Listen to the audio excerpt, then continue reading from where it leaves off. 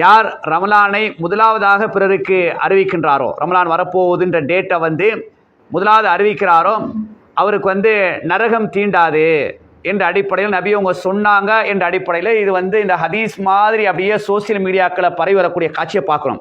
இதை நம்பி மார்க்கம் சரியான முறையில் தெரியாதவங்க குர்ஆன் ஹதீஸுடைய விளக்கம் இல்லாத என்ன செய்கிறாங்கன்னா ஷேர் பண்ணி எனக்கு இந்த நரகம் கிடைக்கக்கூடாது என்ற ஆசையில் பாருங்கள், ஒரு தவறை எப்படி ஷைத்தான் கொண்டு வந்து கூடுறாண்டு நல்ல விஷயம் மாதிரி கொண்டு வந்து பாவத்துக்கு கொண்டு போகிறது.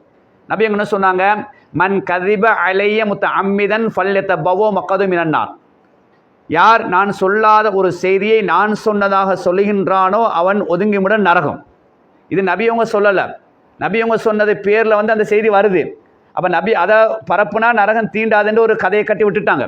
நபியவங்க என்ன சொல்கிறாங்கண்டா, நான் சொல்லாத ஒரு செய்தியை நீங்கள் சொன்னீங்கண்டா நீங்கள் நரகத்தான் போவீங்க. ஆகவே அன்புக்குரியவர்களே, அப்போ இது நபியவங்க இப்படியெல்லாம் சொல்லலை. ரமலான் வரக்கூடிய அந்த நாளை யார் முதலாவதாக அறிவிக்கிறாரோ அவர் நரகம் தீண்ட மாட்டார் அப்படின்னா பிறை குழுவை முதலாவது அறிவிப்பாங்க. பிறையை பார்த்தோன்னா அவர் பிறை குழுவுக்கு அறிவிப்பார். பிறை குழு என்ன செய்ய மக்களுக்கு அறிவிப்பாங்க.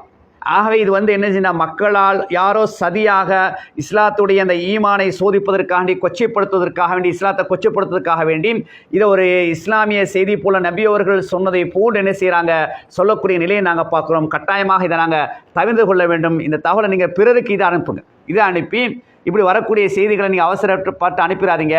இஸ்லாம் சொல்வது ஒரு செய்தி அதை உறுதிப்படுத்துங்க.